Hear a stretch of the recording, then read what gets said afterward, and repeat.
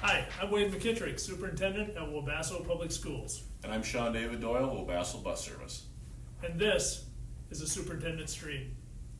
So in our effort to prepare you as parents, community members, and students for the upcoming school year, we've been bringing you snippets of videos that provide information about the upcoming school year. Today we wanted to center that stream around transportation, so that as you're looking for what's new on the bus, how is the COVID stuff affecting transportation? What's my morning look like? What's my afternoon look like? All those questions that you have, we want to try to answer those in about 5 minutes. So we're going to buzz through a series of questions, Sean David. Sounds great. Are you ready for rapid fire? Let's go. All right. Let's go. So folks, I'm sure you've wanted to know this, a very general question. Sean David, how has transportation changed this year? This year we've had to deal with a lot of the COVID restrictions and things like that, and the biggest change is the 50% capacity on our bus this year. So seating will be at a premium. So what does that look like? How do you reduce it to 50% on a We bus? reduce it by taking the number of passengers the bus is rated for, which is like 77 passengers or 71 or 65, and dividing it by half. So we're down to 38 passengers on a 77 passenger bus, down to 35 on a 71 passenger bus, and 32 on a 65. That's really hard to do. How many people to a seat do you have to make that work? That, it will depend on the size of your family. If you have 3 small kids, they will use 1 seat. If you have a junior high, senior high student and 2 little ones, we'll let you have 2, where so they can sit in front of the other, one in front of the other. If there's 4 kids to the family, 5 kids to the family, obviously we'll break it down to 2 seats. What if there's just one person in a family? We will sit by themselves. So sit by themselves. All right, that makes sense. Is there something you said earlier to me when we were talking about hand sanitizers and face masks on the bus? We will be requiring that all students wear a face mask as they enter the bus and stay on the bus until they get off the bus. We will be mounting hand sanitizer dispensers on our bus as they come onto the bus so they can sanitize their hands as they walk on. Wonderful. Our drivers will also have face masks and or a face shield on when they're driving the bus. And just if you're curious about this, folks, as you're watching this, you notice I don't have a face mask on right now, nor does Sean David. Within the rules and guidelines with a face mask within the school, people are allowed to take them off for short snippets of time in order to provide information for their students. So that's actually what we're doing right now. We're taking the face mask off. We're keeping some social distancing in between us so that we are indeed not right next to each other, sharing breath streams. So that if you're wondering why we're not wearing face masks, that's exactly why. So if a child comes up to get onto the bus in the morning, Sean David, and they don't have a face mask on, what are you going to do with that? For the first couple of times, if it happens more than twice, we will have disposable masks that the driver can hand out to a child. After that second time, we are going to send that child home and give mom and dad a call and say, hey, your child did not get on the bus today due to the fact that he or she did not have a mask. So that's going to be really important for mom and dad, for you to know that in the morning when you do your COVID check, when you take the temperature of your child and when you ask them the screening questions and clear them for school that day, that you make sure that they have that mask on as they're walking out the door. Otherwise, they're not going to be able to get on the bus. That is correct. Wonderful. That's a good thing to know. Make sure we earmark that one on our daily routine. So Sean David, a question that I've heard from people is, so let's say a child is at school and they have COVID symptoms that we've sent them to the nurse and our nurse has assessed them with COVID symptoms. Would you transport those children? We will not, I repeat, we will not be transporting students who have been diagnosed or appear symptomatic with the COVID virus. We will not be transporting that. That will be up to mom and dad to get the child picked up from school to be brought home that afternoon. So again, really important to know, mom and dad, so when you're making those plans about what to do in all these different scenarios, always having that backup plan, so even if that happens at 2:55 in the afternoon, the child won't be able to ride the bus. Correct. Good to know. something that students will wanna know, we often have birthday parties or things like that, and you know that better than I do, all of a sudden, 10 kids that you are Didn't on plan the for bus, it, you didn't are plan right for there. it, that's right. Is that gonna be able to happen this year, where a child can have a friend ride the bus so they can stay overnight, or have a birthday party, or things like that? Due to our COVID restrictions, or how regulations, however we wanna term it, we will not be allowed to transport anybody else from a different route on a route with Johnny, say on Route 2. We cannot have that, cause we need to maintain our 50% capacity on each bus, so only the students who ride bus 2 will be on bus 2. Those that are on bus 4 will ride bus 4 only. Wonderful. So if you're planning any of those type of things, Mom and Dad, you make sure that you set up a transportation scenario for that to happen, other than the bus, because it won't be able to happen on the bus. So no extra riders. No extra riders, no. Wonderful. I just got this question yesterday. Will there be a bus stop in town in Wabasso?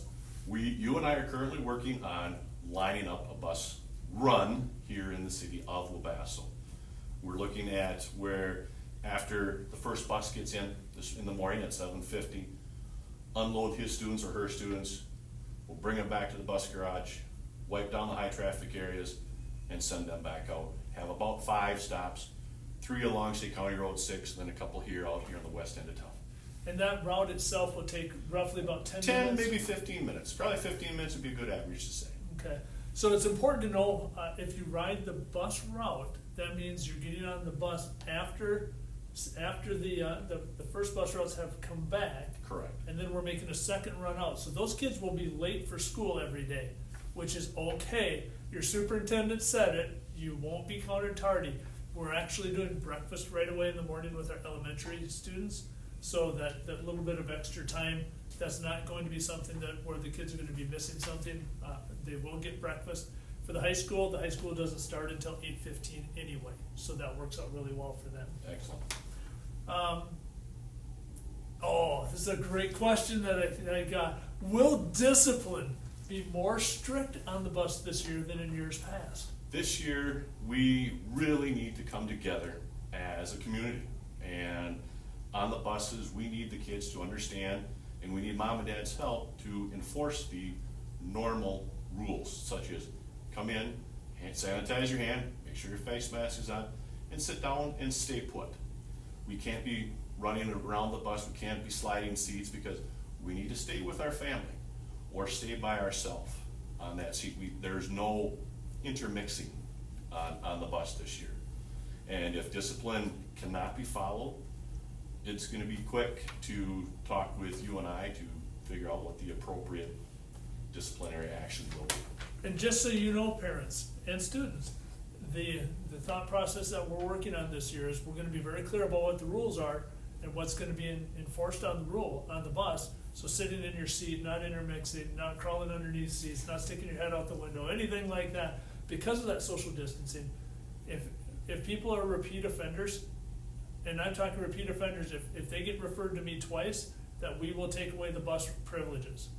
Because we cannot have kids not following the safety rules on the bus and risk the spreading a potential COVID virus. So that's gonna be very important to stress with kids from a parental standpoint, isn't it? Definitely. So, another great question. I love this one. Are you using assigned seats this year, or can kids just sit wherever they want? We will be loading the bus from the back to the front, and we would like the students to sit in the same seats that they sit in every morning, sit in the same seat in the afternoon. So in a sense, yes, we are going to assign seating. So if you are the first family on the bus, whether you're a kindergartner or a junior or a senior, you'll go to the back of the bus, and so on and so forth, all the way to the front. And unfortunately, if you're that senior that gets on last, sorry guys, you're gonna sit at the front of the bus. And that makes a lot of sense to me when you say that, because that way, as we're loading the bus, we're not walking by somebody and the bus route. We're keeping our social distance. And when we're unloading from the front to the back, back, so that we're avoiding that exposure and that contact. that stream, yeah. Sean David, how and when will parents know when their bus stop location and times are to be picked up? Well, I've turned in the routes that I've prepared, with the exception of our in-town route that we're still working on, to Shelley in the school. So she should have it now. The students and the parents, please, please, please, pay close attention to your stops, especially those that live in the city of Seaforth and the city of Vesta, because we have had to add a 7th bus this year.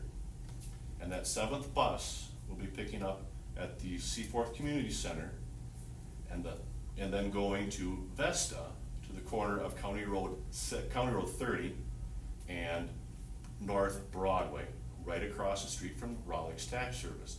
In years past, the Raleigh's Tax Service and the Jessica Paul Daycare stop kind of went together. This year, we need to be apart because of the restrictions of the 50% capacity. So there will be 2 buses in the city of Vesta this year, so please get on the right bus and be at the right stop. So get to the right stop and don't get excited if you see a second bus driving out of Correct. town before your bus has loaded yet. Correct. And that makes a lot of sense. And I did check with Shelley right before we came to do this stream, and the information will be on the JMC parent portal by 7 p.m. tonight. So you will be able to access your students' routes and the time that they get on and off the bus at 7 p.m. tonight by going on to JMC and checking your parent portal. Sean David. By the way, I almost forgot. City of Lucan as well has had a change. The stop at the community center by the alleyway and the church will be getting on bus number 4 this year. So we'll have 2 buses going through the city of Lucan as well. So really pay attention to that bus number, bus stop, which bus to get on and off of. Things are gonna look a little different, just like they're gonna look a little different on a lot of things this year. Exactly. So Sean David, thanks for taking the time to stop over and do My the pleasure. superintendent stream with me.